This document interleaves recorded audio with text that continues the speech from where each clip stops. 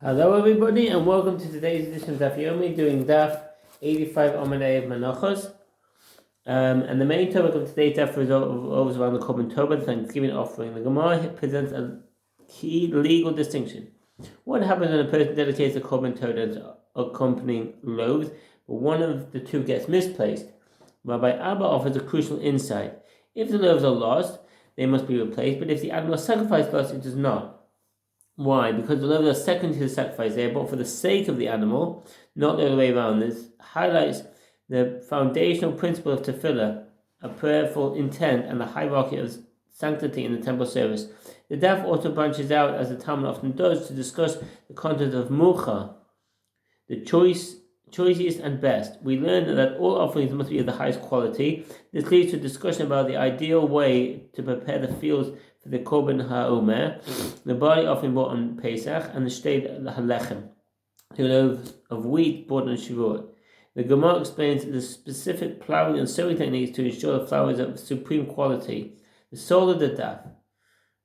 So that's the conclusion. Right, let's dive in. Elul Rabbi Yochanan Kasha. Having reconciled all the apparent contradictions between the two brights according to the opinion of Reish Lakish, the Gemara asks, but according to Rabbi Yochanan, who holds inferior produce cannot be consecrated first foods, the first bright is difficult, as it states that inferior produce can be consecrated. The Gemara answers, the brights cited above contradict Rabbi Yochanan's opinion, but there is a dispute between Tanaim with regard to this issue. So what's the footnote? Tanaihi. There is a dispute between Tanaim with regard to this issue. Rabbi Yochanan holds that mountain dates and valley produce are of such inferior quality that even if one did bring them as first foods, they would not become consecrated as such. And the Gemara challenges his opinion from a Braita about produce grown in atypical locations, such as on a roof or in a ruin, which is also considered to be inferior. The underlying assumption of the Gemara's question is that the quality of produce grown in atypical locations is inferior even to that of mountain dates and valley produce. Therefore, the fact that the Braita states if produce grown in atypical locations brought as first foods is thereby consecrated as such would appear to contradict Rabbi Yochanan's opinion. The Gemara resolves this challenge by citing another Braita that clearly disagrees with the Gemara's initial assumption. Since this Braita allows the bringing of first fruits and produce grown on a tin or in a ruin, Abba Benisho, they clearly cannot be of such inferior quality. Therefore, it is apparent that the quality of produce grown in these atypical places is actually superior to that of mountain dates and valley produce. Accordingly, it is entirely plausible that even though Rabbi Yochanan's rules that mountain dates and valley produce can never be used as first foods, he could agree that produce grown in these atypical places may be used either ab initio or at the very least after the fact. Accordingly, even the first Braita no longer contradicts his opinion. The later commentators point out that the Rambam rules in accordance with this conclusion. He rules that mountain dates and valley produce cannot be consecrated first foods, while also ruling that produce grown on a roof or ruin may be used. See Sefer Zerayim Hilchot Bakum 239 in the Yad David. Other commentators explain the Gemara's challenge differently. They explain that Gemara always understood that produce grown on a roof or in a ruin is of superior quality. The challenge of Rabbi Yochanan's opinion was specifically from the ruling of the Braita concerning produce grown in a flower pot or on a ship. Such produce is certainly inferior to mountain dates and valley fruits, and yet the Braita states that it may be used. According to the explanation, the Gemara retains all of its initial assumptions about the relative quality of different types of produce, and it resolves the challenge by citing a Braita that states that inferior produce is totally invalid and explains that Rabbi Yochanan holds in accordance with that Braita. As is taught in the Braita, with regard to produce that grew on a roof or grew in a ruin, Shebagag Mishebachuba, one may bring first fruit offering from produce grown on a roof or in a ruin. According to the opinion of Rabbi Yochanan, Rabbi Sefer Zerayim Hilchot Bakum 2:9. See the Ravid. Nachem Mishnah and the Chesed Mishnah there. The owner brings it. The commentators know that from the fact that the Braita teaches that produce grown on a roof may be used, it would appear that such produce is not considered akin to produce grown in an unperforated flower pot, which is considered disconnected from the ground beneath it. While the produce grown on a roof is regarded as though it actually grew in the ground, and is therefore fully subject to the various agricultural mitzvot that apply in Eretz Yisrael, including the bringing of the first fruit, and that's in the Rosh Hashanah and the Chazon Ish. on the reciting accompanying passage. With regard to produce grown in a flower pot or grown a ship, the owner does not bring it at all. A Menachot holds in accordance with that brighter. Excuse me. The Mishnah states, and all meal offerings come only from actual produce. One of the places the Mishnah mentions as having good quality produce is Aphorayim. The superior quality of its produce is so well known that Aphorayim was used as an example in colloquial aphorisms. In Moses and Aaron's first meeting with Pharaoh, Aaron cast his staff to the ground, whereupon it turned into a serpent. Pharaoh's necromancers then duplicated the feat using their incantations, only then to be confounded when Aaron's staff swallowed up all of this. In Exodus 7:10-12, the Gemara relates the conversation that took place. The two leading necromancers, Yohana and Mamre, said to Moses, "Are you bringing straw to Aphorayim?" Performing necromancy in Egypt, the world leader in sorcery is like bringing straw to Aphorayim, which is rich in the finest grains. Moses said to them, "It is as people say to a city rich in herbs, take herbs. If you want to guarantee that people appreciate your merchandise, bring to a place where they're familiar with it."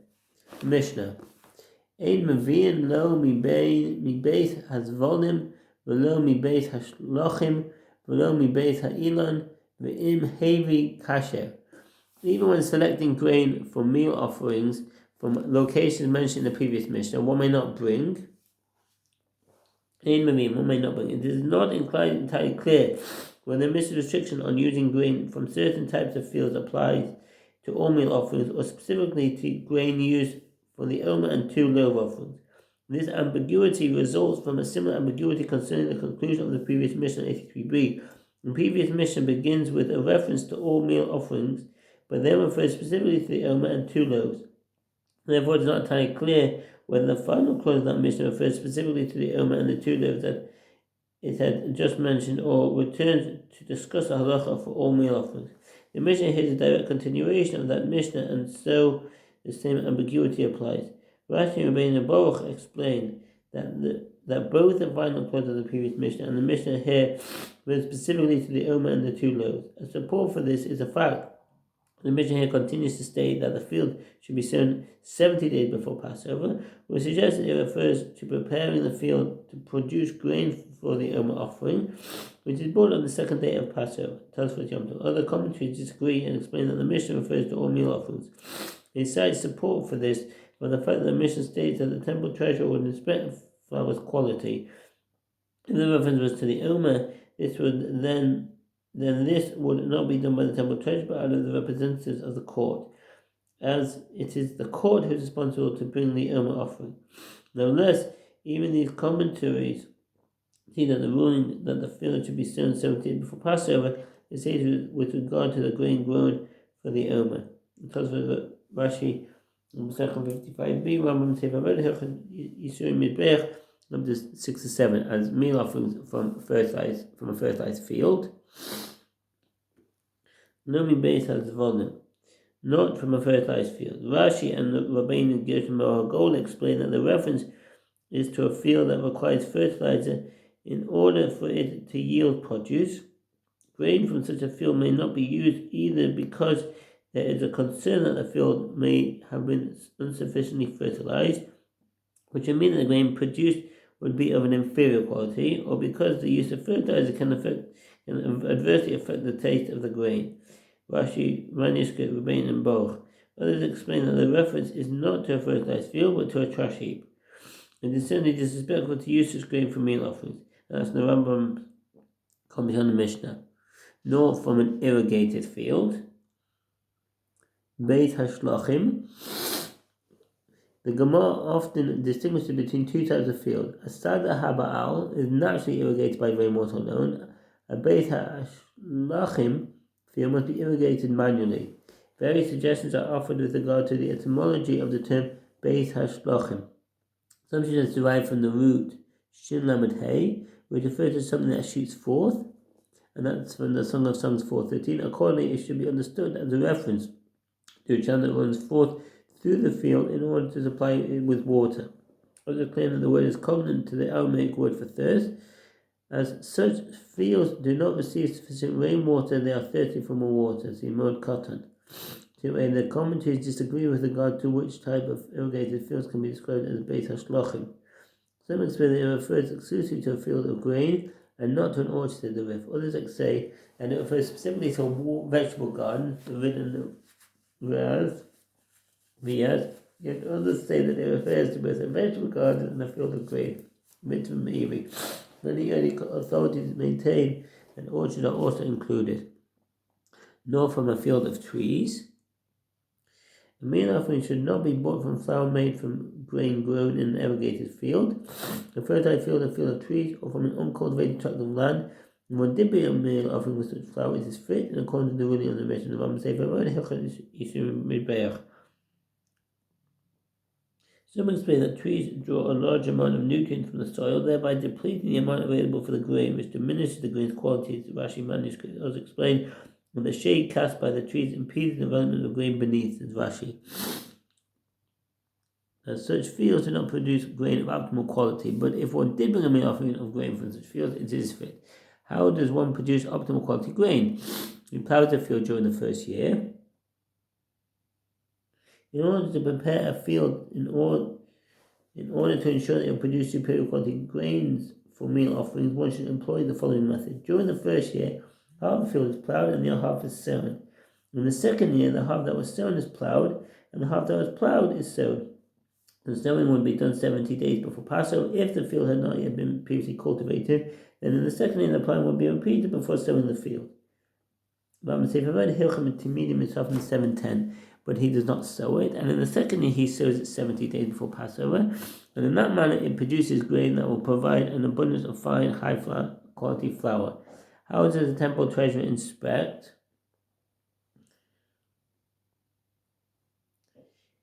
Bedikas hasuras nachos, inspecting the quality of fine flour for meal offerings. In order to show the quality of the fine flour to be used for the meal offerings, the temple treasurer would insert his hand into the flour and then remove it.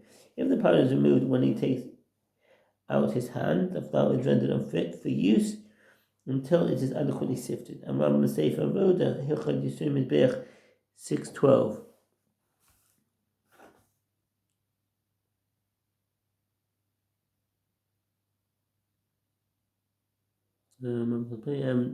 How does the temple treasurer inspect the flour to determine whether it is sufficiently high quality? The treasurer inserts his hand into the flour. If when he removes his hand, flour powder covers it, the flour is unfit, until one sifts it with a fine sifter, so no powder remains. And if the flour became wormy, if the majority of a set quality of fine flour became wormy, of the majority of the kernels from which it was made had become wormy, and the flour is unfit to be used for a meal offering. It is unfit for use in a meal offering. The mission states, how does one produce optimal quality grain?